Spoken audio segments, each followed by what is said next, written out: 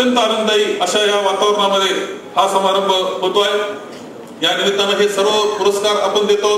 मी या निमित्तानं उल्लेख करील की कृषी रत्न हा पुरस्कार यावेळेस वॉटर या संस्थेला दिलेला आहे आणि वॉटर संस्था जी आहे ते फादर बाकर हे याचे प्रथम प्रणेते आहेत आणि संपूर्ण महाराष्ट्रात नाही तर देशातल्या अनेक राज्यांमध्ये त्यांची वॉटरची संस्था काम करते आहे। स्वतः फादर बाकर यांच्याबरोबर काम करण्याची संधी मला सुद्धा माझ्या दुष्काळी तालुक्यात मतदारसंघामध्ये मिळाली।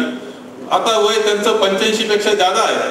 आता ते परदेशामध्ये आहेत, परंतु या दुष्काळी खेड्यांमध्ये जाऊन पाणलोट क्षेत्राचं काम करणं आणि तिथल्या याला जिथं टँकर चालू होता असे उदाहरणं दाखवून देता येत आहेत महाराष्ट्रामध्ये की ज्या गावांना टँकर सुरू होते त्या पाणलोट क्षेत्र विकासाच्या कार्यक्रमामुळे काही पावसाळे असे आले की तिथल्या बंदरांमध्ये माशांचं सुद्धा उत्पादन घेता आलं।